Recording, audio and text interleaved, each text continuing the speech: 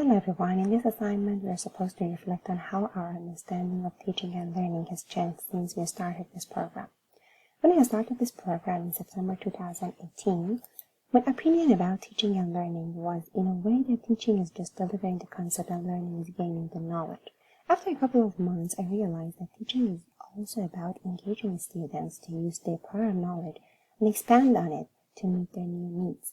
At that time, I believed that education needs to change, that learning processes must be flexible to meet the needs of all individual students. Then in Foundation 2, my opinion changed and transformed in a way in which teaching is the combination of several elements, including knowledge, skills, and activities, to help students to get the education they need for their future professions. And learning is the process that enables the students to utilize this knowledge and skill in their own way. As I mentioned in my reflective analysis from semester 2, one of the major theories that changed my understanding of teaching and learning was backward design theory, which we had on Foundation 1 Week 3. In the backward design approach, as we as teachers consider the learning goals of the course first, these learning goals, which come from the ministry curriculum documents, are the big ideas that we want the students to have learned when they leave the course. We use the backward design through lesson planning in Foundation 2, and in Foundation 3, I saw how it benefits us for long-range planning. My opinion about classroom management changed over time since I started this program.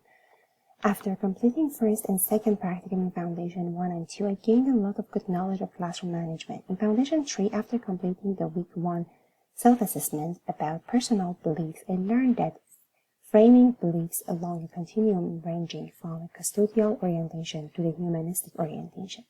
And it would be beneficial for us as teachers to keep the balance between the endpoints of this continuum. In my opinion, classroom management is not different than inclusivity, respect, care, trust, and integrity, according to the OCT ethical standards of the teachers.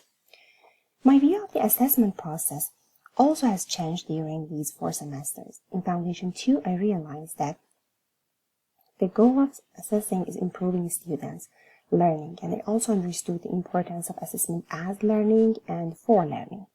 In Foundation 3, I understood the purpose of the assessment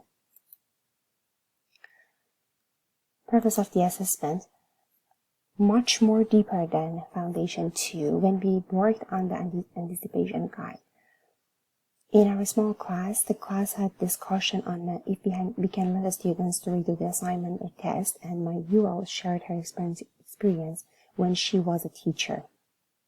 She used to assess her students with open book. She told us that she examined students' ability to make a connection between the knowledge in the book and the application of the knowledge to make the learning process to be meaningful for a student. At that session, I realized that if redoing test or assignment would help a student to improve his or her learning from that test or assignment, so we can let them to redo it, because the ultimate purpose of the assessment is improve a student's learning. In this semester also I learned about interdisciplinary instruction that appeals to me because in this instruction, the students' individual differences are addressed. So we as teachers can promote realization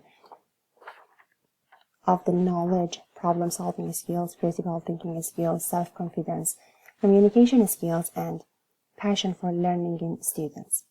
Now my new vision of teaching includes big ideas, classroom learning and achievement, lesson planning, unit planning, planning assessments, different teaching styles, and at the center is students.